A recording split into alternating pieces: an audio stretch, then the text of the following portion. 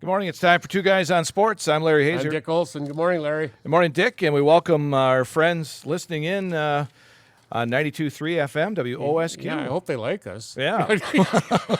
Well, please do. Don't Yes. tell us if you don't. And just a reminder, for those of you that are just joining us on our show, our shows are archived. Just check out our website, cwbradio.com, and you'll see an animated picture of us there on the front. Yeah, we're much not as good looking as that.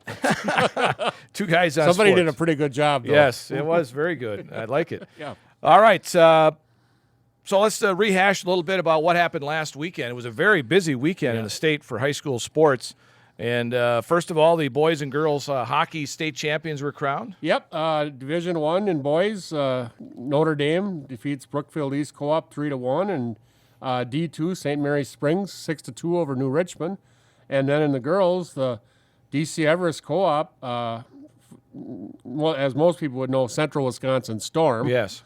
They defeated De Pere Co-op 4-3, and De Pere was defending champion, Larry. So Yeah, and so was Notre Dame in that Division I game for the boys. They were also the defending champs, so they won their second straight championship for boys hockey. Yep.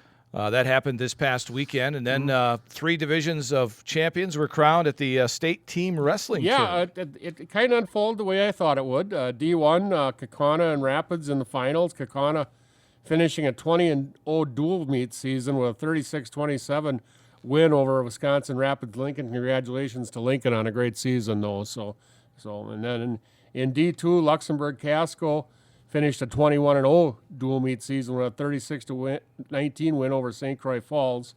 And then in D3, the powerful Fenimore team with a 46-16 win over Coleman. So pretty much everything the way you kind of thought it would go. Fenimore, they're second in a row. Kaukauna, I think that's 3 or 4 in a row for at least 3. I said between their girls softball and their wrestling, they're blowing everybody off the charts in Division I. The Galloping Ghosts. The Galloping Ghosts from Kaukauna. Yeah. You bet. So. Yeah, very well known in high school wrestling. But those are the champions for team wrestling. So the high school wrestling season pretty much done now. Yep.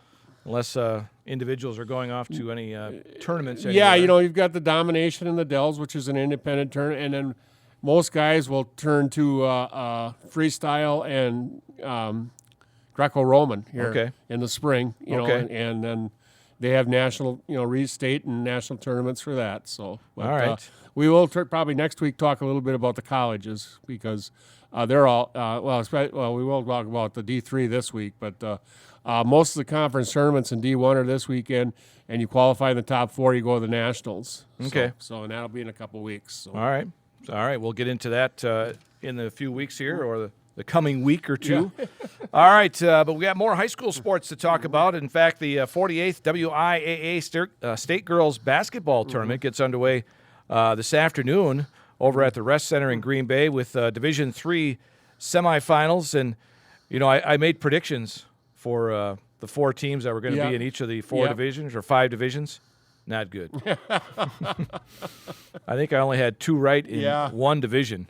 Yeah, otherwise, I said I would have never guessed in D3. I would have never guessed Baldwin Woodville. Yeah, first time there. Yeah, for them. And then in D4, I think I probably was pretty close on 3, but I would have never guessed the Prairie School coming out of there. Yeah. And then in D5, wow, Albany Monticello defeating Assumption. Come on now. Yeah. Assumption sat in that number 1 slot pretty much all season and got beat in the sectional finals. So that's a team maybe to look out for down there in that D5 4, group. And Clear Lake, of course, knocked out Owen Withey in dominating fashion. Clear Lake has had a great program for the last several years. So. You look at the Argyle-Pecatonica Albany Monticello matchup. That's the first time that they've been there as co-ops. You bet. Pecatonica's been there a few times as on their own. Pecatonic has been down in a lot of sports. Softball has been a big one. Volleyball has been another. But, it's funny. And it's funny to see a co-op in girls basketball. Yeah, right. That that shows you what it's coming to in some of these rural schools too, Larry. Yeah, so, especially in Division 5. You bet. The smaller ones. In D2, they're Pewaukee and Notre Dame stand out. I guess I would have had those two. I didn't know much about Wauwatosa. I didn't realize Wauwatosa East was a D2. Yeah, you don't just you made Wauwatosa schools as But Division Notre 2. Dame is a 2-time defending champion, and they're a number 2 seed. Yeah. But they've got a couple of D1 players on their roster, including Gracie Gresh, who is headed for Madison next year. Oh, so, okay. So. Division 1. Arrowhead is the number 1 seed there.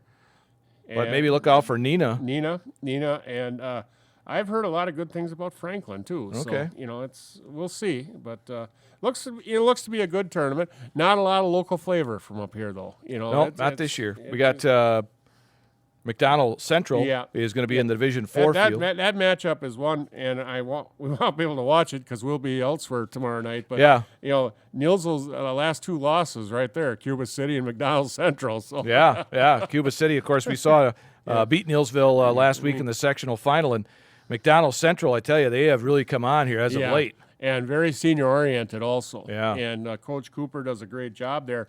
And I'll tell you what, Laconia. Nielsville played them 2 years ago, and they are just pretty much the same team almost. Franchise. They were very young. Yeah. They were very sophomore oriented when Nielsville played them that year, and now those girls are seniors. And I've heard they've had other classes come in that are just as good. So they're just reloading. They might be a dynasty in the making over there in Laconia. Right. So by the way, McDonald Central is the defending Division 5 champion. Yes, moved up a division. Yeah, this with year. the competitive balance rule, they moved up. So, but. They are very, with the Cooper girls, and then I forget the tall girl's name, but Dorn, yes, Aubrey Dorn. Yeah, they are going to be a team to watch. But and Cuba City didn't bring a lot of height in there, but boy, what a 3-point shooting team. Quick team, very athletic team. Very athletic team. So 17th time they've been to state. They're no strangers. No, I said between their boys and girls, I wonder how many, because Jerry Pettigrew went many times also as the boys coach. So just a reminder, the state tournament for boys and girls will be televised live in our area on WAOW TV in Wausau, WXOW in La Crosse, and WQOW TV in Eau Claire. And, of course, the 3-point challenge is Saturday morning prior to the championship games. And we wish Reese Grimm of Pittsville good luck. Yeah, good luck in the field. She was the number 2 challenger there, and good luck to her. So, and a number of the other challengers, Lindsay Shadewalt of New Glarus, I'm sure she wishes she was in the field. They got for Division 4. But Cuba City made work of them too in the sectional semifinals. So. Yeah, they look like a great ball club too, but Cuba City could be the real deal. And Cuba City very junior oriented too, Larry. Right. That's another thing. Yes. Yep. All right, so the girls have their state tournament getting underway on Thursday over at the Rest Center in Green Bay, and the boys will have their sectional semifinals coming up tonight, and there are still a few area teams alive. Pretty good bunch here. Let's start off in D5. Third-seeded Winter versus number 4 Owen Whitney. That game is at Medford, Larry. And then number 1 Columbus versus number 2 Royale. That game is down at Adams Friendship, and that is on 92.3 tonight, I believe. Nope, that is going to be on 1450 AM. 1450, and 98.7 FM. Okay. WDLB. Right. Okay. Then we go to D4, and the game that we will be doing, number 1 Marathon versus number 2 Auburndale at Merrill. And this is very exciting to me, Larry. I said, and I hate to show my age to people, but you think, in my age, I think of high school basketball in central Wisconsin. Right away, 2 names that pop up in my head are Marathon and Auburndale. Yeah. Marathon has 4 state championships in their pocket, a runner-up in 2018. Auburndale has 2 state championships and 3 runners-up. I said Tom Weinkoff at Marathon, Tim Anderson at Auburndale, 2 of the great coaches. I said, this really excites me, this matchup. So I remember back in the late 70s or mid-70s, Marathon was always at state. Oh, absolutely. 75, 76, and 77. Yeah. And one of their assistants, Claude Soibert, was on that team. Okay. So, all right. Yep. So. Well, they got a lot of assistants at Marathon. Yeah, they do. Yeah.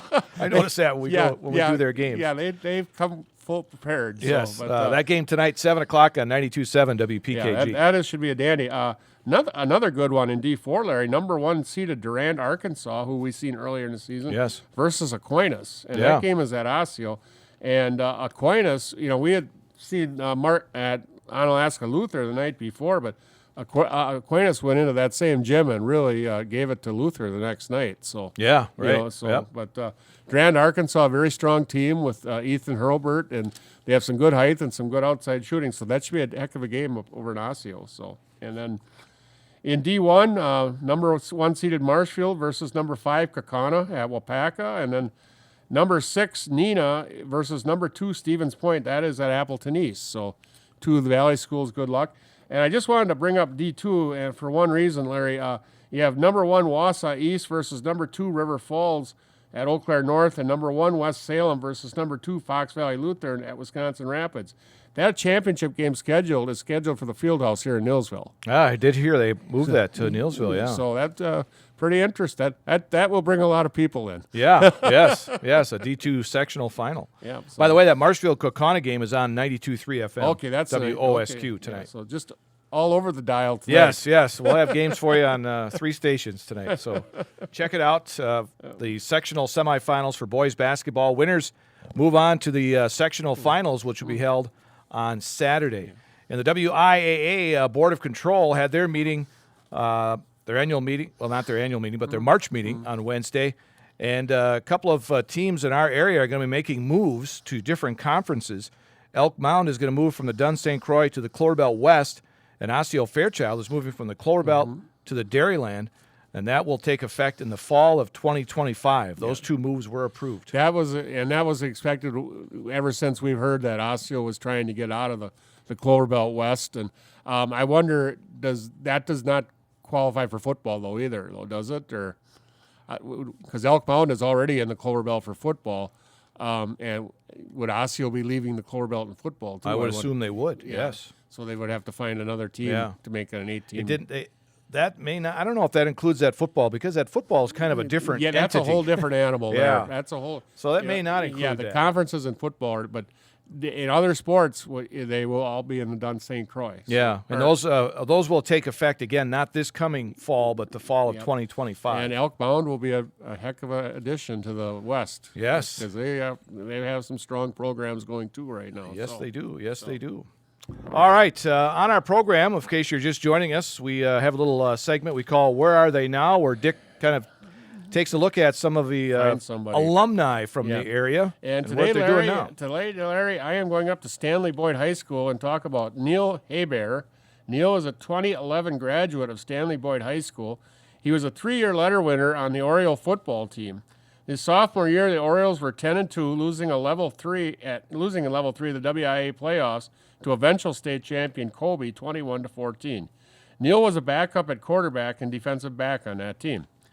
His junior year, the Orioles were 3-6 on the season. Neil completed 68 out of 138 passes for 711 yards and 7 touchdowns, and rushed 17 times for 114 yards and a touchdown.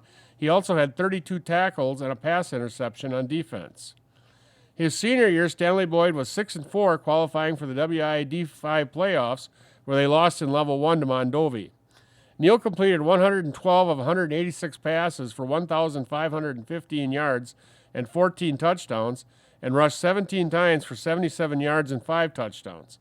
On defense, he had 37 tackles and 2 pass interceptions.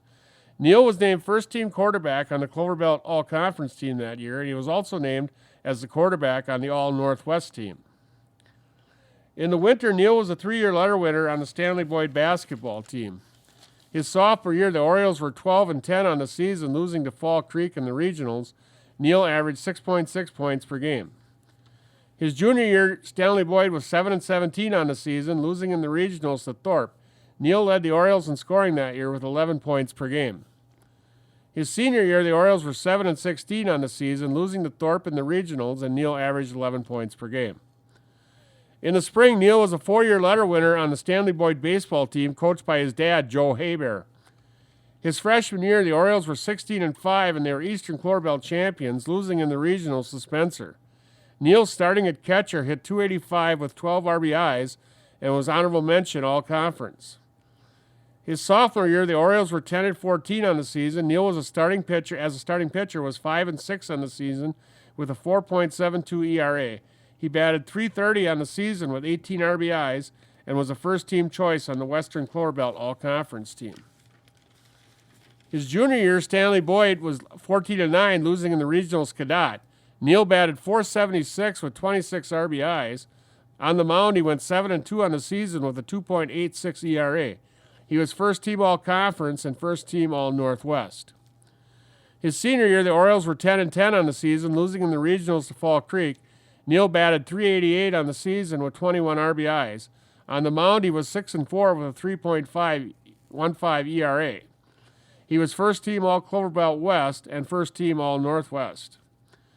After graduation, Neil enrolled at UW Oshkosh and joined the Titan baseball program. His freshman year, the Titans were 15-23. Neil played in 3 games with 1 base on balls. His sophomore year, Oshkosh was 23-14. Neil started catcher for the Titans, batted .264 with 13 RBIs. His junior year, the Titans were 17-9 on the season. Neil batted .292 with 3 doubles, a triple, and 15 RBIs.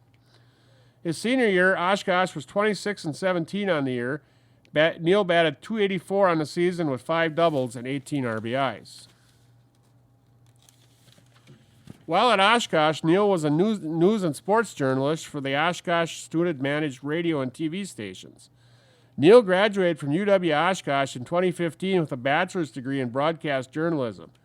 He started his broadcast career in Eau Claire at WEAU Channel 13 as a sports anchor and reporter. In 2020, he moved to San Luis Obispo, California, where he became sports director at KSBY. In 2023, Neil became anchor of KSBY's morning news show, a position that he holds today. Neil resides in San Luis Obispo. Neil Hebert. Neil Hebert. I did not know that. Wow, that didn't ring a bell when I saw him on TV, probably. Yeah, that he played for Stanley Boyd. Yeah. And you probably broadcast a couple of his games. Well, I'm sure I did. Yeah. Wow, I did not realize that. And I didn't realize who he was till I remember him being on Channel 13. Yeah, I remember that name, because sure. He was always next to Justice Cleveland. Yeah. But, I never and then I knew who his dad was, too, Joe Hebert, because Joe was always part of, helped with the Splinter League. Sure, Days, yeah. Okay. So. Yeah, and it's it's there again. It's interesting. You talk about Neil Hebert and Stanley as a football player, but when he went to college, it was all baseball. Yeah, and he was great in football, but you could tell. And he played a lot of summer baseball with Legion teams and traveling teams also, so that I didn't get into. But all right. Yeah, pretty interesting. Yeah, what goes around comes around. Yeah, and now he's a news guy. Now out in California, so good for him. Yeah, good for him. Where are they now? Here on our Two Guys on Sports program. Well, you mentioned a little bit college wrestling, and they have some of their regionals going on. Yeah, the D3 had their regionals last week, or 2 weeks ago, maybe. I don't know. NCAA D3. There was the Upper West Midwest Regional, and a couple of local guys were champions at the regional. Nolan Hurdle from UW La Crosse was first at 157, and then Bentley Schwannebeck Osterman, also a Marshfield alumnus, and he was first at 184, and Bentley today wrestles for Augsburg University. Yes. So, and the NCAA D3 tournament, national tournament, will be this weekend, Larry, at the La Crosse Center in La Crosse. So, is that this weekend? That is this weekend, I believe. I got 15th and 16th. Oh, maybe that's side of the weekend. The women's national is this weekend. Okay, all right. And the NCAA D3 women's tournament is this Saturday at Cedar Rapids, Iowa. Their regional was at North Central College in Naperville, Illinois, and that was 2 weeks ago.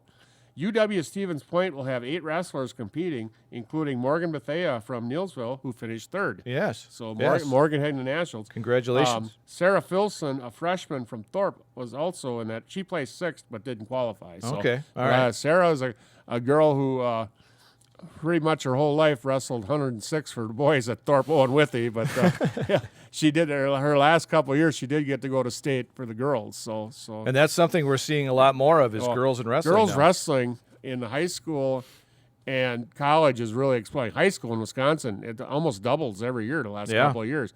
But Stevens Point, UW Stevens Point, has really taken the bull by the horns. They have been competitive the last 2 or 3 years in women's wrestling and have placed a great deal of emphasis on it compared to some of the other schools. So, and it's giving the opportunity for some of these local girls to. Morgan Bethea, Morgan wrestled in high school. She was part of the boys team, right? And now that she's been very successful over at Stevens Point, being able to wrestle women's wrestling. So, or else her wrestling career probably would have ended. By the way, Nolan Hurdle. That was his third straight. Yeah. You don't see many guys winning the WIAC 3 years in a No, row. So. no, good for him. Yeah, you bet. So All right, so that's college wrestling. College hockey also had their WIAC all tournament or all league teams announced, and I just seen the boys yesterday, and just going to look at some of those guys that were on that all WIAC team for hockey. Fletcher Anderson of UW Stevens Point, Cole Player of the Year, along with Max Gatchar of UW Eau Claire. Yeah.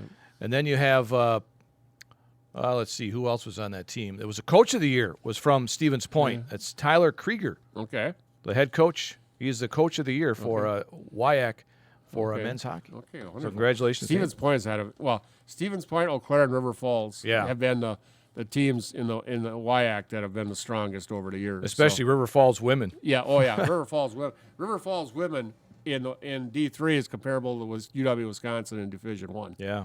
Pretty and much. their coach, Joe Cranston, was Coach of the Year for WIAC. And Joe Cranston is an alumnus of UW River Falls also. So. Oh, okay. So I didn't know that. I did. Good for you. Good job. The Big Ten women's basketball tournament will be going on this week into the weekend. Yep. And that is at the Target Center in Minnesota, Minneapolis. I think the men's is going to be there too this year. Is that right? Yeah. Okay. Yeah. Coach K told me that. Yeah, they switched both of those over to. It probably had done its time in Indianapolis. Just like for many years it was in Chicago. Right. And it's good to move it around. Right. The Target Center is a beautiful facility. The parking around there, I don't not so much. Well. There is a lot of places, a lot of parking garages. Though, there's a lot of places like that. But you go to the motel and take Uber. There you go. There you go. That's what you do. So Big Ten's men's tournament will be next week, and I tell you, the Wisconsin Badgers, they're going to need a win. A lot of them are saying they're on the bubble right now for the tournament. I think so too. They've got Rutgers tonight, and that's their last home game. They don't win that because they go to Purdue Sunday, and that's going to be a fired up Purdue place because that's going to be their senior day. Right. And they've already clinched a tie for the Big Ten championship. So I think the Badgers need to beat Rutgers today and probably win 2 in the Big Ten tournament. Yeah, they can't go one and done in that tournament. No. I think they've got to either hit the quarterfinals or the semifinals, or else it's going to be NIT time. That's going to be going to be tough. Yeah, the way they've been playing. Yeah, that's going to be a tall order going to right be there. Tough. So. All right, so that's going on there. By the way, Caitlin Clark's history-making game on Sunday averaged 3.4 million viewers on Fox. That's the largest audience for a women's regular season game in 25 years. I believe that. I said, it's just fun to watch. Again, I don't want to show my age too much, Larry, but I'll tell you what, she broke Pete Maravich's record, and I know you've seen old tapes of Pete Maravich. Does she remind you of Pete Maravich? Yeah. The way she flies around, dribbling that ball, pulls up from anywhere. That's the way he was. No look passes. Yeah. I said she's everything he was except the floppy gray socks, which was his trademark. So that was the way it was back then. Yeah. But so much. I see so many things that they are the same. It's just unbelievable to me. So and in case you did not hear, Caitlin is not going to come back for another year at Iowa. She's going to go pro. And I'm assuming she will be the first pick in the WNBA. I think Indiana's already got her inked in for for a contract. Because if nothing else, she's going to sell a lot of tickets. Yeah. That's sometimes that's part of this business too. So her and Caitlin Clark and who was that one? Anescu. Yes. That'd be quite a game when they match up against each other. Bet, so. A lot of points be scored there. Brewers, I read Wade Miley has some soreness in his throwing shoulder and may not be ready for opening day. That's not good because they were counting on him of being a number 2 or number 3. They're already depleted. Yeah, very much so. Yeah, at least on the front end. It's going to be some young guys. You need Ashby to step up. Peralta's definitely your number 1, but there's going to be some young guys out there. Colin Ray's probably going to have to step. He's always been kind of like a number 5. He's going to probably have to step up to be the 4 or 3. There's no ifs, ands, or what's about it. A couple of Joe Ross. They signed him. Maybe he's a possibility. Junk, the guy they signed from the Giants, he's been a spot starter. But they've got some kids that they've been waiting for in their minor league system, and maybe this is the time for those guys to shine. Yeah. When Burns and Woodruff and Peralta came up, nobody was looking for them to jump. No, you're right. And they both started off with bullpen time, Right. And I think that's what you're going to be looking at again, hopefully with the same results. So Yeah. Of course, Brandon Woodruff, they signed him to a 2-year deal, but he's going to be out pretty much all this season. Hopefully he's back in 2025. We'll see. You never know, but we'll see. And then of course, they picked up I think it's DL Hall in the Burns trade. I think they're looking at him as a starter also. Yes. Packers are not expected to re-sign. I was surprised a little bit about this. Running back A.J. Dillon. Yeah, I'm a little surprised, but I guess they're happy with Jones, and I've heard they've had a lot of talks with Braylon Allen at the combine. There's been a lot of talk there, but they've had they don't have anybody quite like Dillon backing him up. You had Patrick Taylor, Emmanuel Wilson, but those aren't quite that big bruising back. But A.J. Dillon did not have a great year last year either. And they hope to retain running back Aaron Jones, although they'd like to see him reduce his salary cap number. Yeah, and he did restructure last year. So you're asking. I believe Preston Smith has already restructured, and Rashawn Gary, I believe, has restructured a little bit too. So. So they're trying to get enough room where they can make some moves anyway. Well, if either Dillon or Jones hit that free agent market, there's going to be a lot of free agent running backs. Yeah. I mean, you're talking names like Saquon Barkley, who just entered it now. Yeah, absolutely. The Giants released him. You got Josh Jacobs, Derrick Henry, Tony Pollard.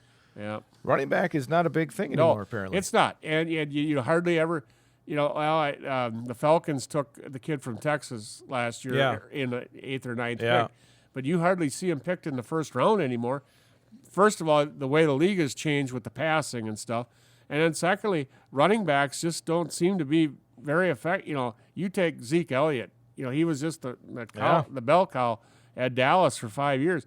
All of a sudden, it's over. Yeah. Because he's worn out. And when he went on the market, there was not like anybody chomping at the bit to get him. Not much there. So it's just...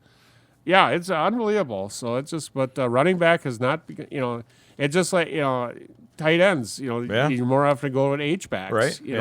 Or guys like Travis Kelce who are more big receivers than anything. So that'd be interesting to see the running back market. Yeah. All right, we got a few minutes here. There's a couple of minutes left. Yeah, I want to talk about Derek Krause from Stratford, Larry. Okay. And Derek, who is now 22 years old, he started racing go-karts, and I forget the age, but it was in his single digits. Mm-hmm. But he has steadily moved up through the Midwest and with the Midwest Series and everything here, late models and all that. And then in 2020, he hooked up with a full-time ride in the Craftsman Truck Series. And then last year, he also did some time in the Infinity. Well, this year, he's got a 6-deal contract deal with Colleague Racing to drive the number 16 in the top series, the NASCAR series. And he had his first start at Las Vegas last weekend. He finished 28th, but in the middle of that race, he led his first 2 laps in his career. Good for him. So that's pretty great for Derek. Yeah, so I love Derek Krause. Yeah, where's Stratford? Stratford. Yeah. Okay. I believe Mark Krause is his dad. I can't think of his mom's name right off the top of my head. So number 16. 16. And he will be racing this weekend at Phoenix also. Okay. So look for number 16 on the racetrack. Yeah. So, I was turning the channel. Derek Krause is in first. Well, it was going through the pits. Okay, that's thing, and he cycled to the top for 2 laps. And he had the pit. So. All right. Good for him. One other alumni note. I ran Richie Seubert.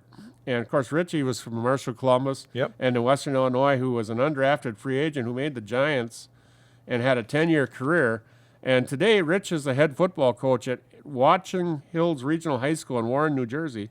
And this year, he was named Somerset County Coach of the Year. Wow, good for him, Richie Seubert. Yeah, and he still gives a lot back to this area. He runs a lineman's camp in Marshfield every year, and then he also holds a celebrity trap shoot. and that supports the pediatrics at Marshall Children's Hospital also. All right. So yeah, just great. And, There you go. yep. So Good stuff here bet. today on Two Guys on Sports. Be sure and join Dick and I will be doing Auburndale Marathon tonight at Merrill, Division 4 sectional semifinal, 7 o'clock game Should time. be a dandy, and then if you're bored with us, turn the dial to the other games. Yes. 7 o'clock game time for that one tonight. That'll do it for Two Guys on Sports. For this week, I'm Larry Hazer. I'm Dick Olson. We'll talk to you again next week.